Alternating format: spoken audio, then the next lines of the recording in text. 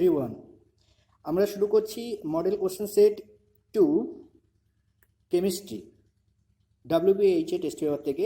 আমরা সেখানে সব প্রথমে এমসিকিউ এর কোশ্চেনগুলোকে ডিসকাস করব। এমসিকিউ এর কোশ্চেনে প্রথমে আমরা যেটা দেখতে পাচ্ছি, 1 মোল Cr2O72 মাইনাস আয়নকে Cr3+ এ পরিণত করতে প্রয়োজনীয় আধানের পরিমাণ।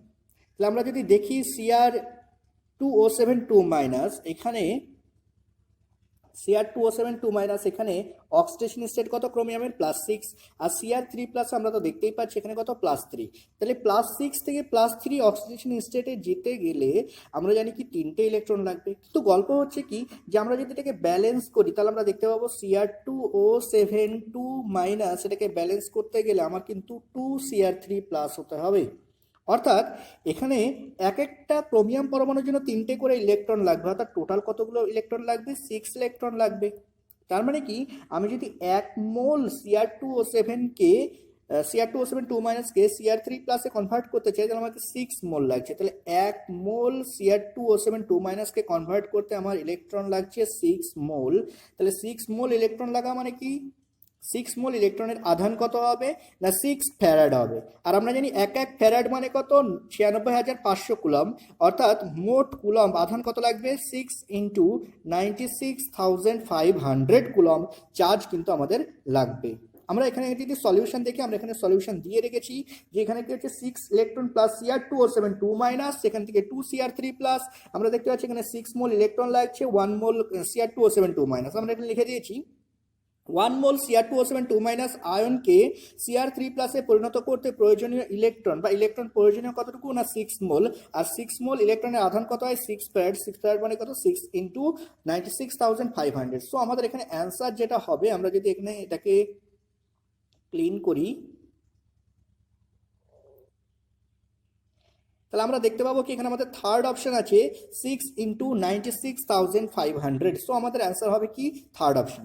নেক্সট কোশ্চেনে যদি আমরা আসি, কেলাস সিস্টেম ও ব্র্যাভিস ল্যাটিসের মোট সংখ্যা যথাক্রমে। আমরা যদি দেখি ক্রিস্টাল সিস্টেম বা কেলাস সিস্টেম কতগুলো আছে না 7টা, আর ব্র্যাভিস ল্যাটিসের সংখ্যা আমরা জানি কি 14টা থাকে।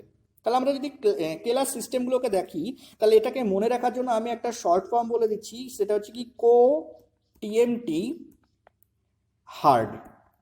এটাকে আমরা মনে রাখবো কি হবে co-TMT হার্ড। তাহলে এখানে co-TMT হার্ড মানে কি sir? C for cubic, O for orthorhombic, O for orthorhombic, T for triclinic, M for monoclinic, T for tetragonal, H এতে হেক্সাগোনাল, আর D তে রম্বোহেড্রাল। তাহলে আমরা 7টা দেখতে পাচ্ছি। C তে কিউবিক একটা হলো, 2 নম্বরে হচ্ছে অর্থোরম্বিক, 3 নম্বরে হচ্ছে ট্রাইক্লিনিক, 4 নম্বরে হচ্ছে মনোক্লিনিক, 5 নম্বরে টেট্রাগোনাল, 6 নম্বরে হেক্সাগোনাল, আর 7 নম্বরে রম্বোহেড্রাল। তাহলে আমরা এটাকে কিভাবে মনে রাখতে পারি? co-TMT hard. তাহলে এই হচ্ছে 7টা কেলাস সিস্টেম। এই 7টা কেলাস সিস্টেমের আমরা জানি কি যার মধ্যে আবার কি উপস্থিত আছে না এক একটা একক কোষ, ভিন্ন ভিন্ন রকমের একক কোষ আমরা দেখতে পাবো। দিয়ে সব মিলিয়ে আমরা কি পাবো 14টা ব্র্যাভিস ল্যাটিস পাবো। তাহলে আমাদের ব্র্যাভিস ল্যাটিসের সংখ্যা হবে 14। এখানে আমরা অ্যান্সার লিখে দিয়েছি যে ব্র্যাভিস ল্যাটিসের সংখ্যা হবে 14 আর কেলাস সিস্টেমের সংখ্যা হবে 7। অর্থাৎ কি আছে এখানে আমাদের অপশন অনুসারে যদি দেখি সেকেন্ড অপশন যেটা সেটাই হবে আমাদের অ্যান্সার। আমরা চলে আসি তারপরে FeOH এর হোল 3 কে সলকে তঞ্চিত করার জন্য বেশি উপযোগী কোনটি? আমরা জানি FeOH এর হোল 3 একটা কি ধনাত্মক সল। আমরা জানি যে কোনো ধনাত্মক সলকে বা ধনাত্মক কোলয়েডকে তঞ্চিত করার জন্য আমার ঋণাত্মক আধানের প্রয়োজন হয়। কিন্তু এখানে আমাদের অপশনে যতগুলো আধান উপস্থিত আছে সবগুলো কিন্তু ঋণাত্মক আধান। তাহলে স্যার এখন কি করে বুঝবো যে কোনটা আমাদের অ্যান্সার হবে?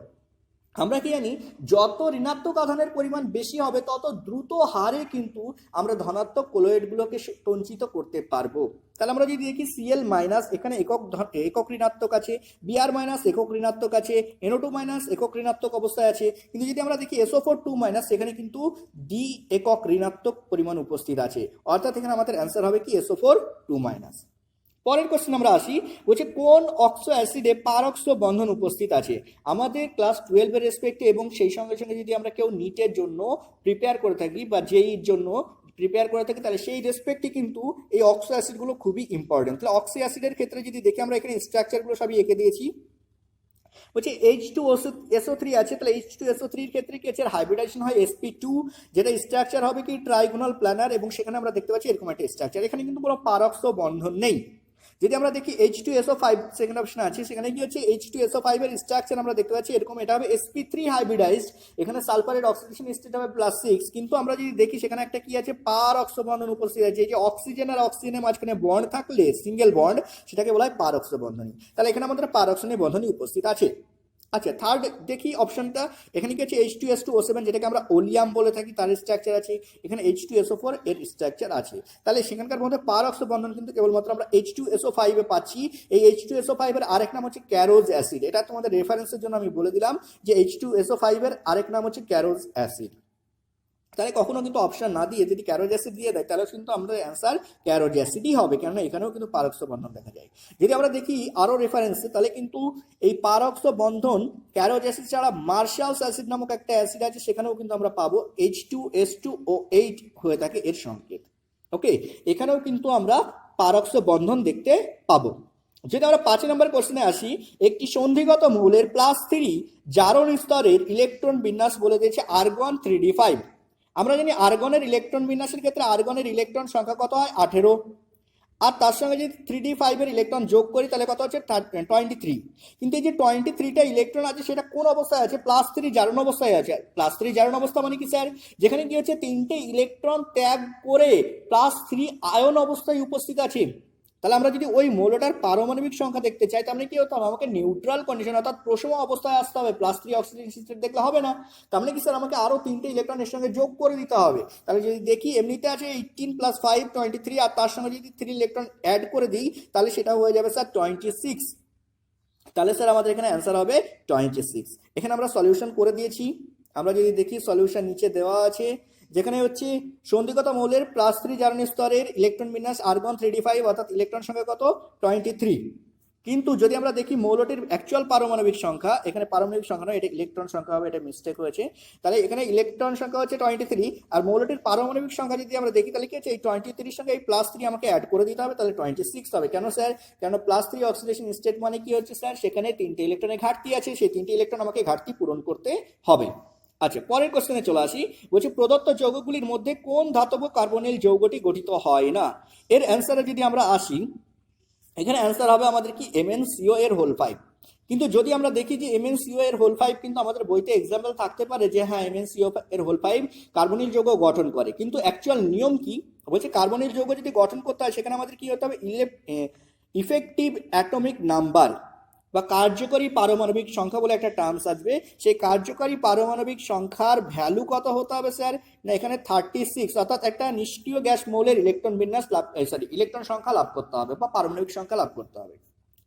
যদি আমরা দেখি যে এখানে যে কটা অপশন আছে, এখানে ইফেক্টিভ অ্যাটমিক নাম্বার কি করে বার করবো স্যার, তার জন্য ফর্মুলা কি আছে না, atomic number of the central atom minus oxidation state, ওই যে অ্যাটমটা আছে তার অক্সিডেশন স্টেটকে মাইনাস করব, তারপর তার সঙ্গে প্লাস করব কি 2 × লিগ্যান্ড সংখ্যা, যতগুলো লিগ্যান্ড থাকবে বা কোঅর্ডিনেশন সংখ্যা যত হবে, সেই কোঅর্ডিনেশন সংখ্যা যে আমরা কি করবো, সেটাকে 2 দিয়ে গুণ করব, করে সেগুলোকে আমরা যোগ করব কার সঙ্গে, ওই বিয়োগফলের সঙ্গে।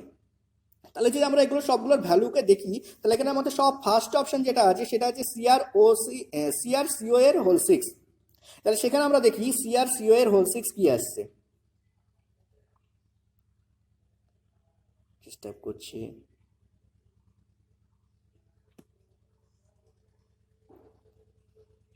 ওকে, এখানে আমরা দেখতে পাচ্ছি CrCO এর হোল 6। তাহলে এখানে আমরা একটা সলিউশন ছোট করে করছি। Cr এর ক্ষেত্রে আমরা জানি কি ক্রোমিয়ামের অ্যাটমিক নাম্বার কত হয়ে থাকে, ক্রোমিয়ামের অ্যাটমিক নাম্বার হয় 24। ওকে, আচ্ছা, মাইনাস যে কোনো কার্বনিল কম্পাউন্ডের ক্ষেত্রে তার কিন্তু অক্সিডেশন নাম্বার কত হয়ে থাকে, সেন্ট্রাল অ্যাটমে 0, কেন্দ্রীয় পরমাণুর অক্সিডেশন নাম্বার কত হয় 0, তাহলে 24 - 0 হলো। তার সঙ্গে আমরা প্লাস করছি কত, 2 × লিগ্যান্ড সংখ্যা, তাহলে লিগ্যান্ড সংখ্যা CrCO এর হোল 6 আছে, তাহলে 6 হচ্ছে লিগ্যান্ড সংখ্যা, তাহলে 6 × 2 করলে কত হবে, 12 হবে, তাহলে 12 কে প্লাস করব। তাহলে আমরা জানি 24 + 12 সেটা হচ্ছে 36, এটা কি হয়ে থাকে 24 + 12, এটা হচ্ছে 36, এটা কার ইয়ে হয়ে থাকে না, আমরা জানি আর্গনের ক্ষেত্রে, সরি আর্গন নয়, ক্রিপ্টনের ক্ষেত্রে অ্যাটমিক নাম্বার কত হয় 36 হয়ে থাকে। তাহলে কি নিষ্ক্রিয় গ্যাসের অ্যাটমিক নাম্বারকে এরা গেইন করেছে। নিষ্ক্রিয় গ্যাসের অ্যাটমিক নাম্বারকে এরা গেন করেছে। তাহলে স্যার তার মানে সিও এর হোল 6 এটা কিন্তু গঠন হবে। তাহলে স্যার এবার পরের অপশনে আসি, MnCO এর হোল 5। যদি আমরা MnCO এর হোল 5 দেখি তাহলে এখানে আমরা করেই দিয়েছি MnCO 5 যেহেতু অ্যান্সার আমাদের, যেখানে Mn এর ক্ষেত্রে অ্যাটমিক নাম্বার কত হয় 25, অক্সিডেশন নাম্বার 0, লিগ্যান্ড সংখ্যা 5, তাহলে 5 × 2 করলে 10, সবটাকে যোগ করলে কত 35। তাহলে এটা আমরা গঠন করতে পারছি না। থার্ড অপশনের দিকে যদি আমরা আসি তাহলে সেখানে আছে আয়রন কার্বনিল, তাহলে FeCO এর হোল 5। যদি দেখি তাহলে আয়রনের কত হয়ে থাকে 26 অ্যাটমিক নাম্বার, অক্সিডেশন নাম্বার 0, তাহলে এর সঙ্গে যোগ করব কি না লিগ্যান্ড সংখ্যা, তাহলে লিগ্যান্ড সংখ্যা 2 × 5, লিগ্যান্ড সংখ্যা কত 5, তাহলে 2 × 5 করলে 10, তাহলে এখানে 10 এখানে 26, টোটাল করলে কত হচ্ছে 36, যেটা ক্রিপ্টনের অ্যাটমিক নাম্বার অর্থাৎ নিষ্ক্রিয় গ্যাসের অ্যাটমিক নাম্বার। তাহলে এখানেও কিন্তু ইফেক্টিভ অ্যাটমিক নাম্বার কিন্তু 36 হয়ে যাচ্ছে। আমরা লাস্ট অপশনের ক্ষেত্রে দেখি সেখানে নিকেল আছে, এবং নিকেলের ক্ষেত্রে এটা কি আছে, নিকেলের ক্ষেত্রে আছে NiCO এর হোল 4।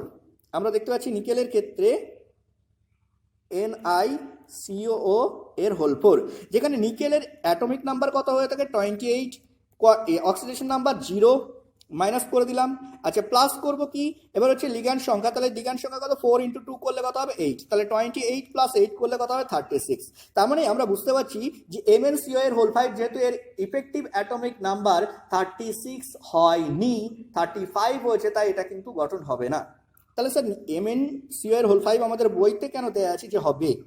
যদি কারো বইতে MnCO এর হোল 5 হবে দেয়া থাকে, তার মানে এই কন্ডিশনে বলছে, কারণ কি আমরা যদি দেখি Mn2CO এর হোল 10 এইটা কিন্তু একটা কমপ্লেক্স কম্পাউন্ড গঠন করতে পারে, যেটা একটা কার্বনিল কম্পাউন্ড হয়ে থাকে।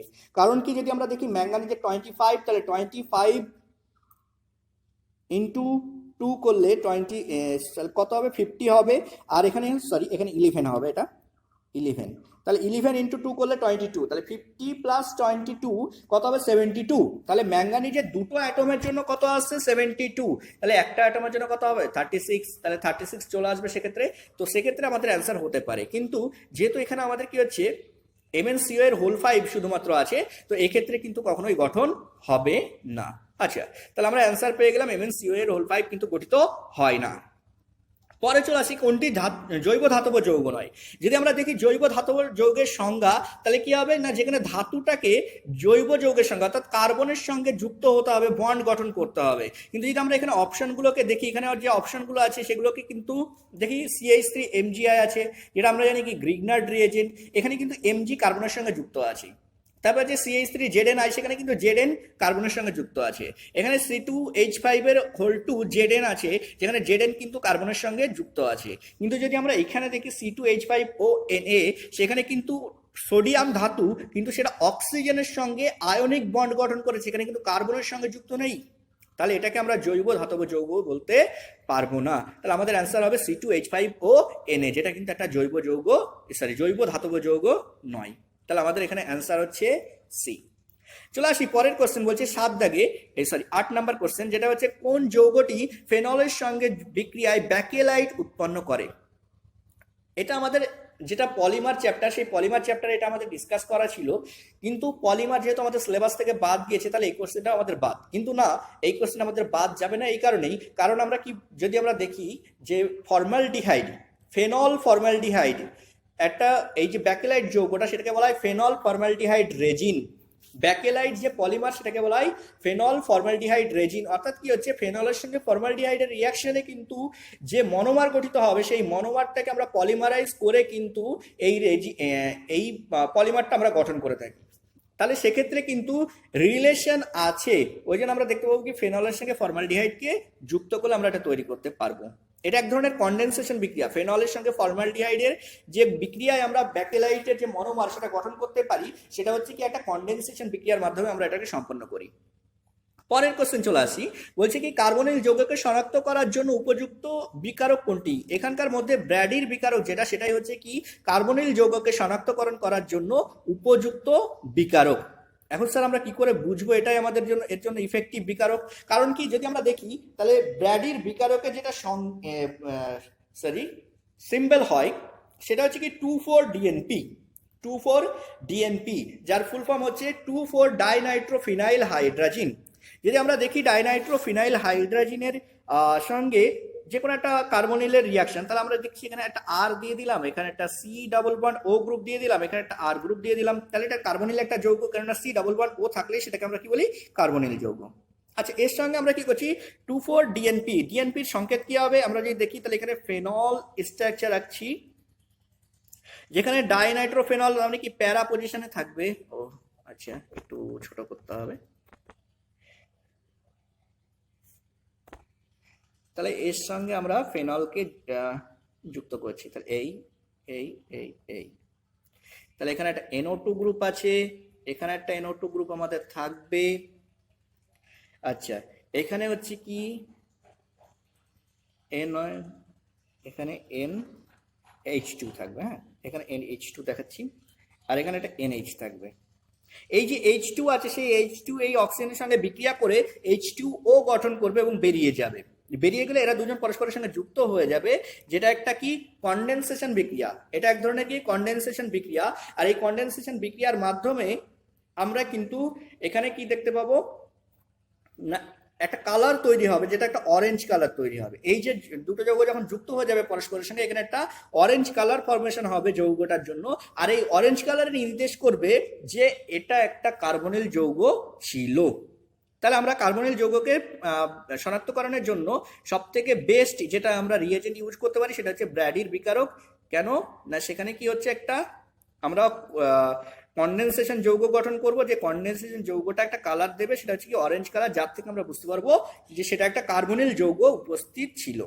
ওকে, তাহলে আমাদের অ্যান্সার হবে ব্র্যাডির বিকারক। পরের কোশ্চেনে যদি আসি, বলছে নিচের কোনটি দুর্বলতম ক্ষার, কোনটা সব থেকে দুর্বলতম। আমরা জানি কি অ্যামিনের গল্প, আগেও আমরা একটা এরকম কোশ্চেন সলভ করেছি, যেখানে অ্যামিনের গল্প যখনই আসে তখনই আমাদেরকে দেখতে হয় কোথায় প্লাস আর বা প্লাস এম ইফেক্ট আছে, সরি প্লাস আর হবে না, প্লাস আই ইফেক্ট কোথায় আমরা দেখতে পাবো। তাহলে প্লাস আই ইফেক্ট যেখানে দেখতে পাবো, সেখানে কি হচ্ছে সব থেকে বেশি, সব থেকে স্ট্রংগেস্ট আমরা কি পাবো, ক্ষার পাবো, সেটাকে আমরা সব থেকে স্ট্রংগেস্ট বা শক্তিশালী ক্ষার বলতে পারবো। কিন্তু যদি লোন পেয়ারটা কোনোভাবে অন্য কাজে এনগেজ হয়ে যায়, তাহলে সেক্ষেত্রে কিন্তু আমরা সেটাকে শক্তিশালী ক্ষার বলতে পারবো না। তো যদি আমরা এখানে দেখি আমাদের সলিউশন, এখানে কি দিয়েছে, NH3 এর স্ট্রাকচার দেখেছি, এখানে বেঞ্জানামিন যেটা বা অ্যানিলিনের স্ট্রাকচার দেখতে পাচ্ছি, এটা আমাদের বেঞ্জানামিন আছে, এটা হচ্ছে CH3NH2 মিথাইল অ্যামিন আছে, 1 ডিগ্রি অ্যামিন, তাহলে মিথাইল অ্যামিন আছে। তাহলে এখানে যদি দেখি এই যে লোন পেয়ার, এ কিন্তু খুব সহজে ডোনেট করতে পারবে। এখানে CH3NH2, যেখানে কি হচ্ছে NH3 যত সহজে লোন পেয়ার ডোনেট করতে পারবে, তার থেকে CH3 সহজে ডোনেট করতে পারবে, কারণ কি CH3 কে তো আমরা কি দেখতে পাবো, প্লাস আই ইফেক্ট আছে। আচ্ছা, এবার দেখি এখানে কি হচ্ছে, যে লোন পেয়ার আছে সেই লোন পেয়ারটাই ডোনেট করতে পারবে, কিন্তু অপেক্ষাকৃত কম। কেননা কি হচ্ছে, আমরা জানি বেনজিন রিং এর একটা মাইনাস আই ইফেক্ট আছে, আর মাইনাস আই ইফেক্টের জন্য ও কি করবে, কার্বন থেকে ইলেকট্রন টেনে নেবে, আর কার্বন থেকে যখন ইলেকট্রন টানবে তখন কার্বন কি করবে, নাইট্রোজেন থেকে ইলেকট্রন টানার চেষ্টা করবে, অর্থাৎ কি হচ্ছে ইলেকট্রনের একটা ঘাটতি আমরা এখানে দেখতে পাবো। কিন্তু যদি আমরা অ্যানিলিনের ক্ষেত্রে দেখি, তাহলে অ্যানিলিনের ক্ষেত্রে কিন্তু নাইট্রোজেনের লোন পেয়ারটা সম্পূর্ণরূপে রেজোনেন্সে অংশগ্রহণ করে যাবে। আর যখনই রেজোনেন্সে ও অংশগ্রহণ করবে, তার মানে কি হচ্ছে, ও কিন্তু ওই লোন পেয়ারটাকে কখনোই ডোনেট করবে না। যদি লোন পেয়ার ডোনেট না করে, তাহলে সে কিন্তু ক্ষারীয় ধর্ম প্রদর্শন করবে না। আর ক্ষারীয় ধর্ম যদি প্রদর্শন না করে, তার মানে কি হচ্ছে, সেটাই সব থেকে দুর্বলতম ক্ষার হবে। তাই এখানে আমরা লিখিয়েছি যে ক্ষারকীয়তা যে ক্রম, সেখানে সব থেকে বেশি হচ্ছে কি মিথাইলামিন, তারপর হচ্ছে অ্যামোনিয়া, তারপর হচ্ছে আমাদের বেঞ্জানামিন, আর সব শেষে আমরা দেখতে পাচ্ছি অ্যানিলিন। তার অ্যানিলিন হচ্ছে সব থেকে দুর্বলতম ক্ষার। আমরা পরের কোশ্চেনে চলে আসবো। তাহলে আমাদের অ্যান্সার হচ্ছে কি সব থেকে দুর্বলতম ক্ষার C6H5NH2, যেটা হচ্ছে অ্যানিলিন। এরপরে কোশ্চেন বলছে কোনটি পলিপেপটাইডের মনোমার। পলিপেপটাইড আমরা কি জানি, অনেকগুলো পেপটাইড মিলে একটা পলিপেপটাইড গঠন হয়, আর পেপটাইড গঠন হয় কাদের মধ্যে, অ্যামাইনো অ্যাসিড। সেখানে আমরা দেখতে পাবো কি, যদি একটা অ্যামাইনো অ্যাসিডের স্ট্রাকচার আমরা দেখি, আচ্ছা এখানে নয়, একটু সাইডে দেখি, অ্যামাইনো অ্যাসিডের যদি আমরা স্ট্রাকচার দেখি, সেখানে আমরা কি দেখতে পাবো, আর সি, এখানে এইচ, এখানে NH2, এখানে COOH, আর ঠিক পাশে আরেকটা যদি আমরা দেখি, তাহলে এখানে যদি COOH কে দেখি,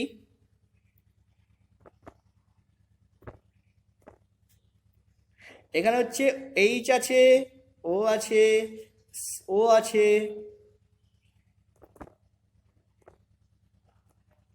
C++O, এখানে হচ্ছে R গ্রুপ আছে, এখানে H আছে, এদিকে NH2 আছে, এদিকে একটা সরি এখানে একটা কার্বন থাকবে, এখানে একটা R গ্রুপ থাকবে। তাহলে এখানে দেখতে পাচ্ছি এই যে OH আছে আর এখানে অ্যামিনের একটা হাইড্রোজেন পরস্পরের সঙ্গে মিশে যাবে, মিশে গিয়ে আমাদের কি করবে, একটা জল নির্গত করবে এখন। আর এই জল নির্গত করার মাধ্যমে এরা পরস্পরের সঙ্গে যুক্ত হয়ে একটা পেপটাইড বন্ধনী গঠন করবে। তাহলে দুটো অ্যামাইনো অ্যাসিড পরস্পরের সঙ্গে পেপটাইড বন্ধনী দ্বারা যুক্ত হতে পারে। সো আমাদের এখানে অ্যান্সার হবে কি অ্যামাইনো অ্যাসিড, অর্থাৎ কি হচ্ছে পলিপেপটাইডের মনোমার যদি আমরা বলি সেটা হবে অ্যামাইনো অ্যাসিড। এখানে আমাদের অপশন আছে কোনটা, ডি অপশন অ্যামিনো অ্যাসিড। এরপরে 12 নম্বর কোশ্চেনে যদি আসি, ঘরের উষ্ণতায় চিনির জলীয় দ্রবণ তৈরির সময় দ্রবণটি ঠান্ডা অনুভূত হয়, নিচের কোন ক্ষেত্রে চিনির দ্রবীভবন সর্বাপেক্ষা দ্রুত গতিতে সম্পন্ন করে বা সম্পন্ন হবে। যদি আমরা দেখি দ্রবণ ঠান্ডা হওয়ার মূল কারণ কি, ও তাপকে নির্গত করে দিচ্ছে। তাহলে তাপ যদি নির্গত হয় তাহলে সেটা এক্সোথার্মিক রিয়াকশন হয়ে থাকে, অর্থাৎ এর জন্য কি হয় ডেল্টা এইচ নেগেটিভ হয়। যদি আমরা দেখি এক্সোথার্মিক রিয়াকশন বা তাপ দায়ী বিক্রিয়া যদি হয় তাহলে সেক্ষেত্রে কি হয় না, লাসাতেলিয়ারের নীতি অনুসারে যদি আমরা উত্তপ্ত করি তাহলে বিক্রিয়াটি সম্মুখমুখী হবে। অর্থাৎ আমরা যখন চিনি আর জলকে মেশাচ্ছি, চিনি প্লাস জল এটাকে মিশিয়ে যখন আমরা কি করছি দ্রবণ তৈরি করছি, তাহলে এটা হচ্ছে সম্মুখমুখী বিক্রিয়া। আর বিপরীতমুখী বিক্রিয়া কি হবে না, দ্রবণ থেকে আমাদের চিনি এবং জল সেপারেট হয়ে যাবে। তাহলে এবার আমরা এখানে গল্প যদি দেখি তাহলে কি হচ্ছে সম্মুখমুখী বিক্রিয়া, এটা কি হচ্ছে ডেল্টা এইচ এর ক্ষেত্রে নেগেটিভ হয়। যদি আমরা লাসাতেলিয়ারের নীতি অনুসারে দেখি, আমরা জানি কি যেখানে তাপ দায়ী বিক্রিয়া সেখানে উত্তপ্ত করলে যেদিকে তাপের মুক্তি ঘটবে সেই দিকে কিন্তু বিক্রিয়ার স্মরণ ঘটবে। অর্থাৎ কি হচ্ছে তাপের মুক্তি কোন দিকে ঘটছে, দ্রবণ প্লাস এখানে শক্তি উৎপন্ন হচ্ছে, যে শক্তিটা বাইরে বেরিয়ে যাচ্ছে। ওই জন্য স্যার কি হচ্ছে এখানে না, চিনি আর জল এর দ্রবণকে যখন আমরা উত্তপ্ত করব অর্থাৎ উষ্ণ করব বা গরম করব তখন কি হবে, সেখানে দ্রবীভবন আরো বৃদ্ধি পাবে। বা অন্যদিকে যদি আমরা আসি দ্রাব্যতার গল্পে, আমরা জানি কি কঠিন পদার্থের মধ্যে তরল পদার্থের মধ্যে কঠিন পদার্থের দ্রাব্যতা কিন্তু উষ্ণতা বৃদ্ধির সঙ্গে সঙ্গে বৃদ্ধি পায়। তাহলে উষ্ণতা যদি বৃদ্ধি করি তাহলে তরল পদার্থের মধ্যে কঠিন পদার্থের যে দ্রাব্যতা সেটা বৃদ্ধি পাবে, অর্থাৎ বেশি পরিমাণে দ্রবীভূত হবে। তার মানে স্যার এখানে আমরা অ্যান্সার তো বুঝে গেলাম ঠান্ডা জলের তুলনায় গরম জলে বেশি পরিমাণে দ্রবীভূত হবে। এখন কথা হচ্ছে স্যার চিনির কেলাস নাকি গুঁড়ো চিনি কোনটা বেশি দ্রবীভূত হবে। আমরা জানি কি দ্রাবকের প্রকৃতির উপরে নির্ভর করে, তাই দ্রাবকের প্রকৃতির উপরে যদি দ্রাবক এবং দ্রাবের প্রকৃতির উপরে দ্রাব্যতা নির্ভর করে। আর আমরা কি জানি যত ক্ষুদ্র কণা হবে, কণা যত ক্ষুদ্র হবে তত দ্রুত কিন্তু সেখানে দ্রবীভবন হবে। অর্থাৎ চিনির কেলাসের তুলনায় কিন্তু গুঁড়ো চিনি অধিক মাত্রায় দ্রাব্য হবে। তাহলে আমরা অ্যান্সার কি দেখতে পাচ্ছি, প্রথম কথা গরম উষ্ণ করতে হবে, উত্তপ্ত করতে হবে, আর দ্বিতীয় কথা চিনি গুঁড়ো হতে হবে। যদি গুঁড়ো চিনি হয় তাহলে সেখানে দ্রবীভবন বেশি মাত্রায় হবে। এর পরের কোশ্চেনে চলে আসি, 13 নম্বর কোশ্চেন বলছে অম্ল দ্বারা অনুঘটিত ইথাইল অ্যাসিটেটের আর্দ্র বিশ্লেষণে এস্টারের সাপেক্ষে ছদ্ম একক ক্রমের বিক্রিয়া। তাহলে আমরা যদি দেখি অম্ল দ্বারা অনুঘটিত ইথাইল অ্যাসিটেট কি একটা এস্টার, ইথাইল অ্যাসিটেট একটি কি হচ্ছে এস্টার। আর আমরা জানি এস্টারের আর্দ্র বিশ্লেষণ যে বিক্রিয়া, সেই আর্দ্র বিশ্লেষণ বিক্রিয়া কিন্তু এক ধরনের ছদ্ম একক ক্রমের বিক্রিয়া। তো এই বিক্রিয়াটাকে যদি আমরা লেখার চেষ্টা করি তাহলে ইথাইল অ্যাসিটেটের সংকেত হচ্ছে, আচ্ছা একটু ফাঁকা জায়গাতে লিখি, ইথাইল অ্যাসিটেটের সংকেত হচ্ছে কি CH3COOCH এইটা। এর সঙ্গে যদি আমরা জল মেশাই তবে আর্দ্র বিশ্লেষণ হবে। তাহলে এখানে যদি এর সঙ্গে আমরা জল মেশাই তাহলে সেখানে বিক্রিয়ায় আমাদের যেটা উৎপন্ন হবে সেখানে কি উৎপন্ন হবে না, অ্যাসিড উৎপন্ন হবে, CH3COOH উৎপন্ন হবে, আর তার সঙ্গে সঙ্গে আমরা পাবো একটা অ্যালকোহল যেটা হবে কি C2H5OH। অর্থাৎ এখানে আমাদের বিক্রিয়ক আছে ইথাইল অ্যাসিটেট এবং জল। তাহলে আমাদের আপাত দৃষ্টিতে এটাকে দ্বি আণবিক মনে হতে পারে, অর্থাৎ কি সেকেন্ড অর্ডার রিয়াকশন মনে হতে পারে, যেখানে কি হচ্ছে না ইথাইল অ্যাসিটেট এবং জল উভয়েরই গাঢ়ত্বের উপরে বা উভয়েরই পরিমাণের উপরে কিন্তু নির্ভর করতে পারে বলে মনে হতে পারে। কিন্তু অ্যাকচুয়ালি দেখা যাচ্ছে কি যদি আমরা এক্সপেরিমেন্টালি দেখি বা পরীক্ষাগতভাবে দেখি সেখানে কিন্তু কেবলমাত্র ইথাইল অ্যাসিটেটের গাঢ়ত্বের উপরেই কিন্তু এটা নির্ভর করে, কোনোভাবে কিন্তু জলের গাঢ়ত্বের উপরে এটা নির্ভর করে না। অর্থাৎ কি হচ্ছে এটা এক ধরনের একক ক্রম বা ফার্স্ট অর্ডার রিয়াকশন যেটাকে আমরা বলে থাকি, অর্থাৎ এদের বিক্রিয়া ক্রম কি হবে এক। তাহলে আমরা যদি দেখি এর বিক্রিয়া ক্রম হবে এক। তো এখানে আমাদের অ্যান্সার যদি অপশন অনুসারে দেখি তাহলে 13 হচ্ছে ডি অ্যান্সার হবে।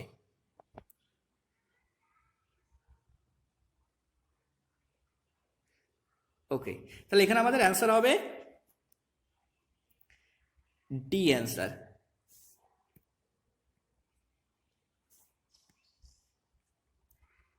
ডি অ্যান্সার হবে। এর পরের কোশ্চেন আমরা যদি আসি, তাহলে সেখানে বলেছে নিম্নলিখিতের মধ্যে যেটি বেঞ্জালডিহাইডের বেঞ্জয়েন কনডেনসেশন বিক্রিয়ায় মধ্যবর্তী অবস্থায় সৃষ্টি হয়, অর্থাৎ কি বলছে, এক কথায় ইন্টারমিডিয়েট যৌগের কথা বলেছে।